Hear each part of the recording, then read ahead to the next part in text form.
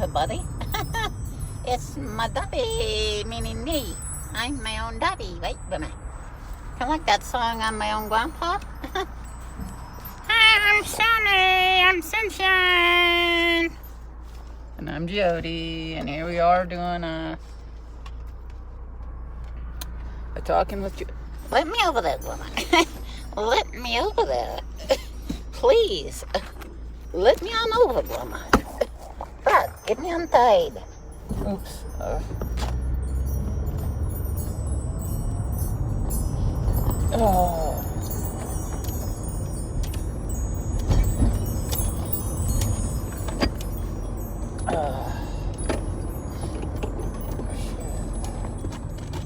Ready to go to, excuse me, getting my throat.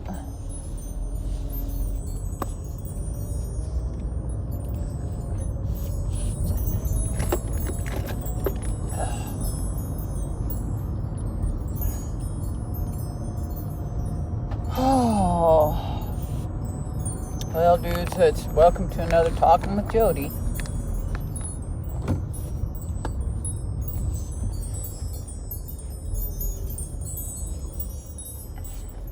I'm gonna be going through the McDonald's. Oh, I gotta go in. Oh shit, I gotta go in to McDonald's. I gotta get me a big old stack of napkins. Because I'm out. I'm out of everything, paper towels, all that. So coming in here to get a big old stack of napkins and an iced tea. So I guess you guys will be hanging with the girls for a minute while I go in.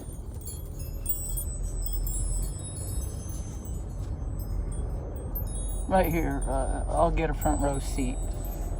Yay, so I hope it won't take long, dudes. I gotta, I'll roll up the windows and stuff. I think, yeah, that's probably a good idea to do that. So, okay. Ooh. Sorry, girl.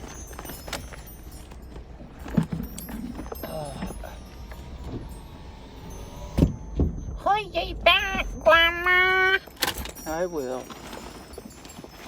I miss my grandma, and she not even gone. I know, girls. You girls love your grandma, don't you? Me love my grandma mucho. Okay, let's see.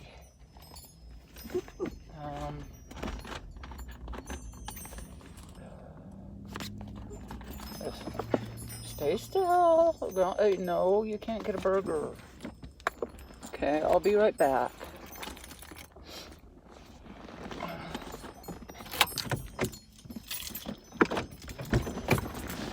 Oh, stay. Stay, Bibbers. I'll be right back.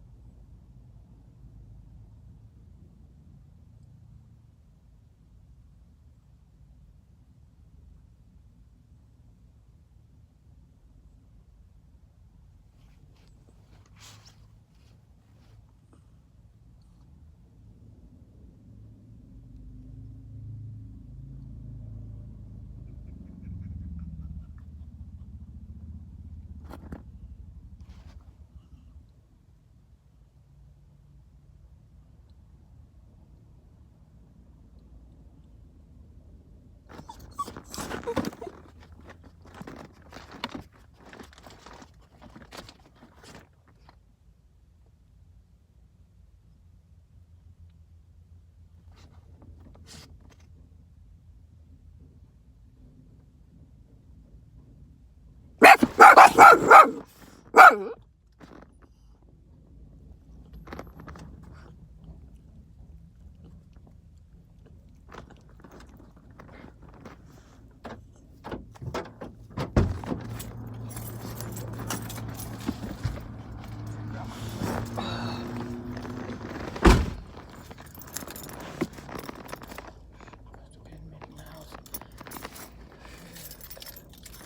hi, dudes. I was thinking of Minnie Mouse there for a minute, but I forgot you were on. Damn, Grandma, you never forget the camera's on. I know, but I got distracted. But shit. Every time I, do anything, the aliens come and scatter my brains. But I'm gonna get them all put back together. Because they're going to quit harassing me at some point.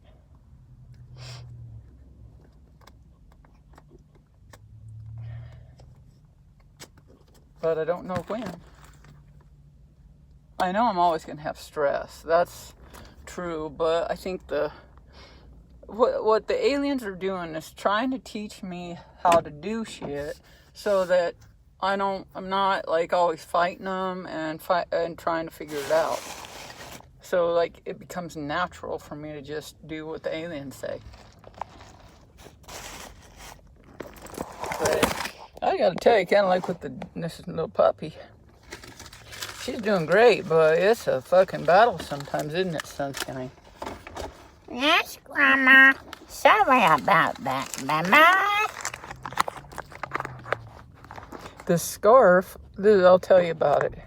But look at this freaking scarf. It's freaking awesome. But anyway, I gotta tell you.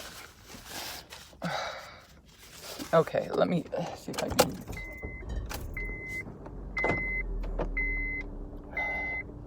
In this Mad Max world, you don't even want to roll down your windows. But it's too hot. I got to. I think I'm gonna go to the grocery store and buy some more tonic water. It's good for me and my dehydration problems. In the desert, you're gonna get dehydration issues no matter who you are. But I got an extra something. I don't know if it's because of my name and the gods have been mocking me forever. Not forever. It's just like only the past maybe 5 years. But I've been to the dang hospital 5 times dehydrated. And the doctors always laugh at me.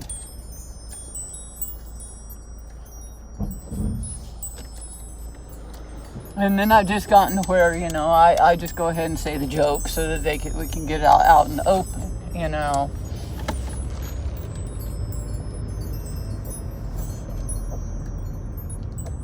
And tell them, you guys know the joke, right? My dang last name is Drinkwater, and I'm in the hospital fucking dehydrated? Well, it's weird, but I don't really like to drink water. I love tonic water. It's real good for you, but I gotta tell you, it's just like Sean Singer for me. It quenches my thirst at the same time as it makes me, I'm just going to say the word ravenous, that's not the right word, but ravenously thirsty. Like the more I drink that tonic water, the more I want that tonic water. It's just like Sean Singer. I can't get enough of him, no matter how much I imbibe him. I want more. It's worse than an addiction. There's never been an addiction like this, ever. You're talking to a damn addict. Nothing like that exists. It's not an addiction. It's so much more beyond that. It's something. It's a vortex of desire that's so profound that it just sucks me into it if I even get close to it. Like, meaning if I even think of him. And I'm always thinking of him.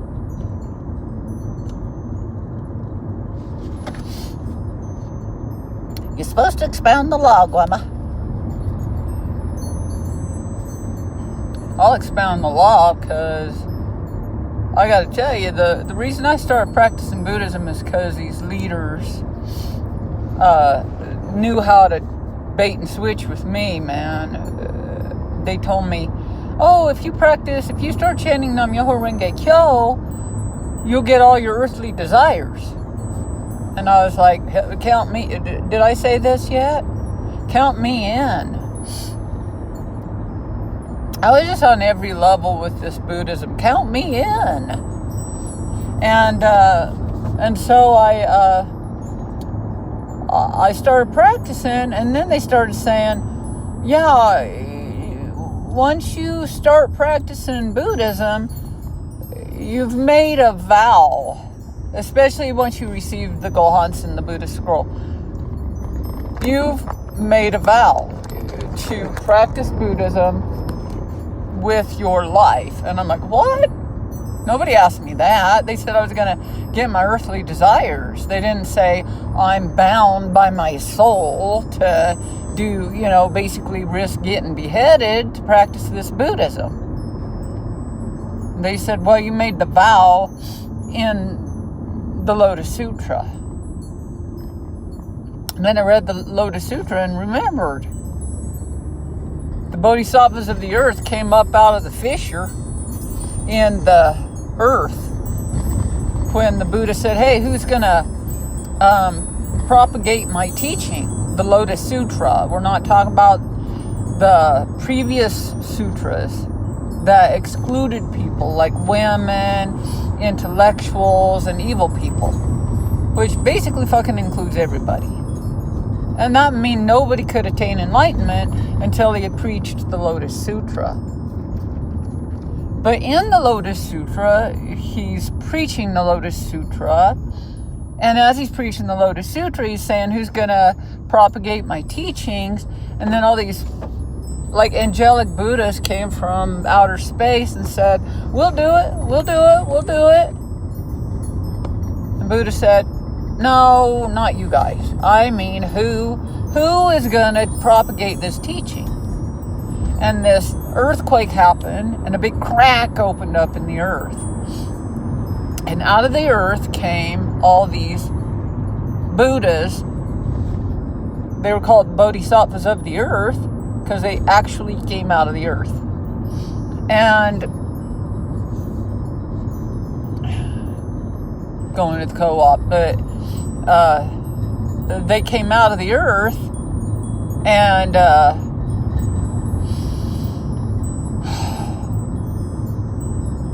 they said, we'll do it.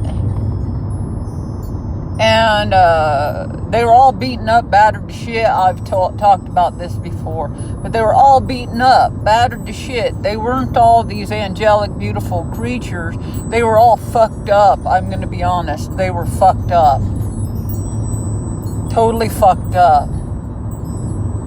And they said, we'll do it. We will propagate this teaching with our lives. And they went on and on and on and talked about their vow that they made to the Buddha to propagate this teaching, what they were willing to go through, what they were willing to do. And he said, yep, you guys are the ones to do it. And I was one of those bodhisattvas of the earth that made that vow in distant past when the Buddha, probably about 2000, well, he actually expounded in the law 2,500 years ago when he lived. But during the Lotus Sutra, in the expounding of the Lotus Sutra, he said, basically, I have always been here preaching the law, that he had attained enlightenment in time without beginning, way long ago.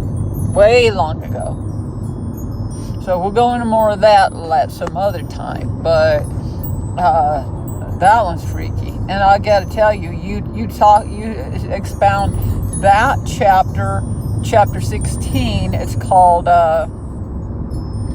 well, it's chapter 16, but what's it called? Can't remember. But anyway, I used to have all of this stuff memorized, the page numbers, direct quotes. I was quoting it all over the place. And that's how I turned out like this, but it's worth it. It's worth it. So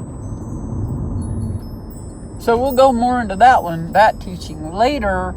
But if you even say a little bit about that chapter 16, you're going to get like so much benefit, like the most benefit out of doing that. That's why they scatter my brains and won't let me, but you know. But I'll just let them. Because they know I'll tell. They know I'll say it if I can remember it. And they're trying to keep me from saying it. And yeah, it's for the best, but I'm like, this one girl gave me acupuncture one day. I loved her. I got this great acupuncture thing from this girl because I went into that acupuncture college that we've talked about. Excuse me.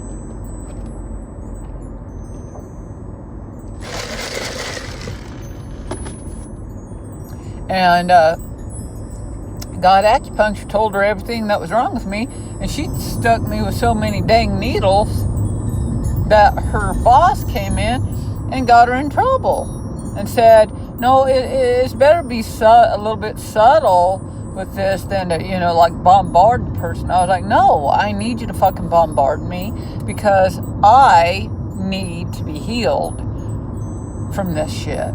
And I don't have a lot of money to come back 20 times. So she just stuck every needle in the haystack, in my haystack, you know what I mean? And I got sick. So maybe that's why they're not letting me do that. I don't want people to fucking die from hearing the Lotus Sutra. Yeah, probably vomit. They're gonna vomit. They're gonna get sick. They're gonna cry. All sorts of shit. But I'm not trying to kill anybody, so, let's fucking back off. So they made it where I can't remember. But anyway, the Bodhisattvas of the earth came out and said, yeah, I'll propagate the teaching. And, Buddha said all through the Lotus Sutra, you're going to get whooped up on big time, you do it. And they said, we're going to do it, don't you worry. And he said, I know you'll do it. And then I was like, well, okay, thanks for telling me I made this vow, and thanks for making me remember it, but consciously, I was just wanting all my earthly desires to come true. And I got mad at him. I'm like, you guys told me I was going to get all these earthly desires. Instead, now you're telling me I'm going to attain enlightenment. I don't even know what enlightenment is. That's not why I started doing this, and, what in the hell? And they said, yeah, but you're going to attain enlightenment. So I started reading the Lotus Sutra big time, studying it, Nichiren's writings, Daisaku Ikeda's writings, anything I could gather on Josei Toda. And then, what there is of Makaguchi that I was exposed to. There's more on Toda than Makaguchi. Because Ikeda was Toda's direct mentor. I don't think he ever met Makaguchi. So Toda spent a lifetime writing about, not Toda, sorry, Ikeda spent his life writing about Toda. That reminds me of Yoda. Yes, it does. Yoda Toda. It's very like that. Toda.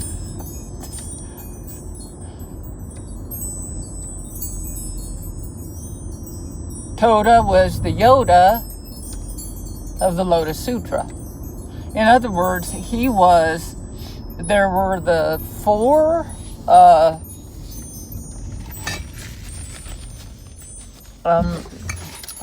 leaders of the Bodhisattvas of the earth. Bodhisattva superior practices. That's Nichiren Daishonin. Bodhisattva. Man, I can never remember that one. And then there was, I think Toda was pure practices. And then Ikeda, I don't remember what Makaguchi was. It was something awesome though. And then Ikeda was, and he just recently passed this last year, he was Bodhisattva enduring practices. Okay, so there's superior practices, Makaguchi, and I'm sorry, I can't remember right now. And then Toda, I believe, was pure practices. And then Ikeda, I think that's right. And then Ikeda was enduring practices. Endure. And they're the 4 leaders of the Bodhisattvas of the earth. They are the great leaders of the Bodhisattvas of the earth. And they've lived and they've done this stuff. And now we as the Bodhisattvas of the earth, the rest of us, are propagating the teachings, you know.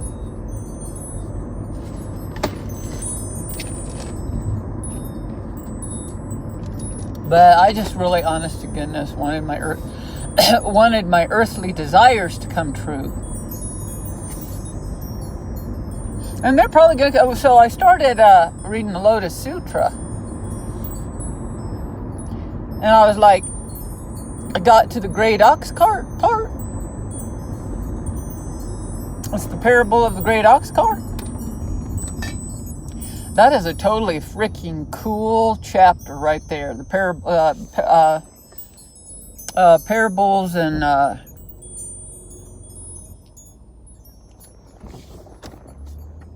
parables and something in parables, and I can't remember the chapter number. Maybe about 5, maybe about chapter 5, and I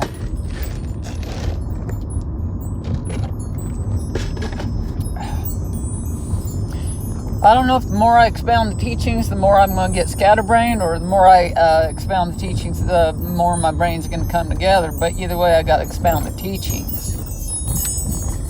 So, something in parables, and in it is the parable of the great ox cart.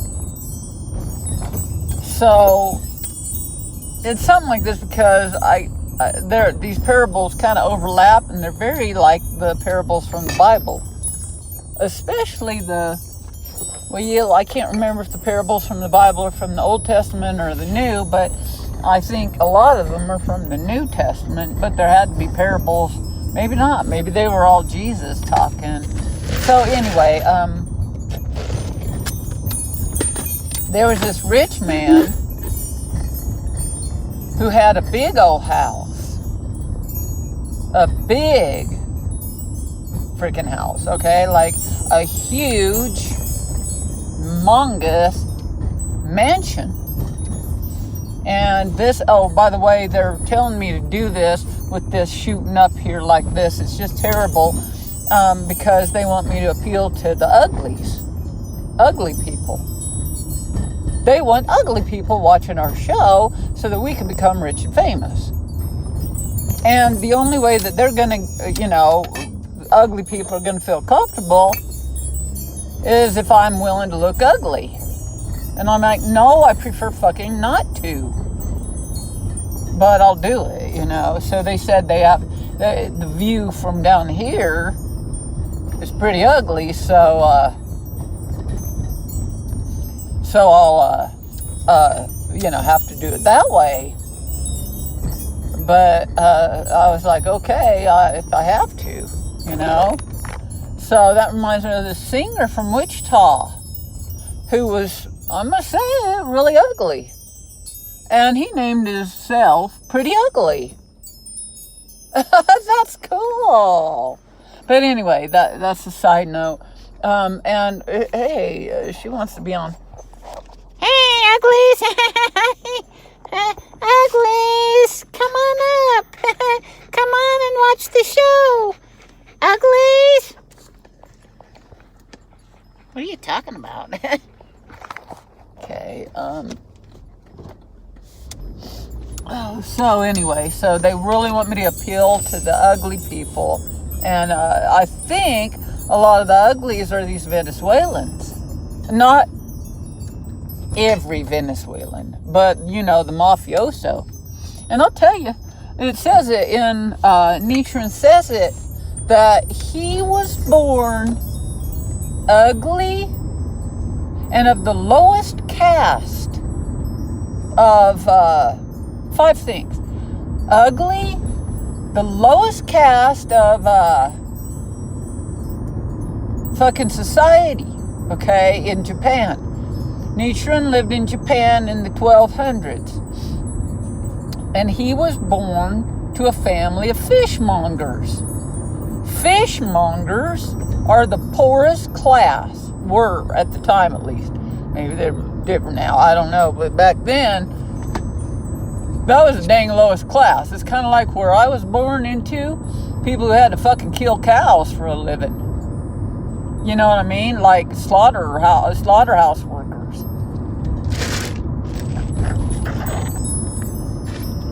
And they had to be fucking ugly.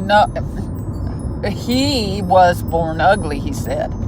He was ugly. And 3 other things. I can't remember the other 3. But 3 other things besides ugly and really, really fucking poor. Okay? And he said that was because in the past life or past lives, he had slandered the Lotus Sutra. To slander the Lotus Sutra is to talk shit about it. To reject it, to ignore it, to abuse the votary, you know. That'll make you come back ugly and poor. You know, I came back poor. Seriously poor. And he said he came back ugly and poor. And I'm going to tell you, if you're out doing a bunch of mafioso bullshit, killing people, raping them, sexually trafficking guns, and doing whatever, I'm sorry, but you're fucking going to look ugly. It does physically change the way you look. I'm sorry, but I'm going to tell you, I've known people do that shit. And they were fucking ugly. Physically fucking ugly. You know, they became so fucking ugly because the insides reflected on the outside. Like, you do that shit, you're going to turn into that, to looking like that. And I don't mean that in a rude way. I just mean it in a fact way. That's a matter of fact. Okay? Evil actions, behaviors, doesn't mean you're totally evil. It just means you've been acting evil a whole lot. But, evil behavior is going to make you look evil.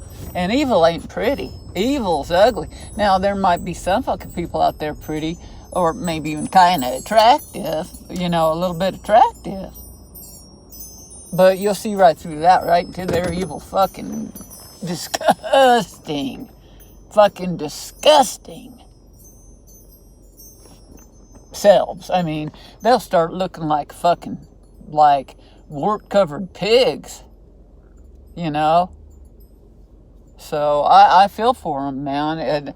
And these Venezuelans, they're gonna start being beautiful. They're gonna start being real pretty like me, you know, real pretty like I am, because you watch some of those clips with me in it, yeah, you're gonna see it real easily. But they're gonna be beautiful like I am from practicing the Lotus Sutra, because the Buddha. Was it Nichiren?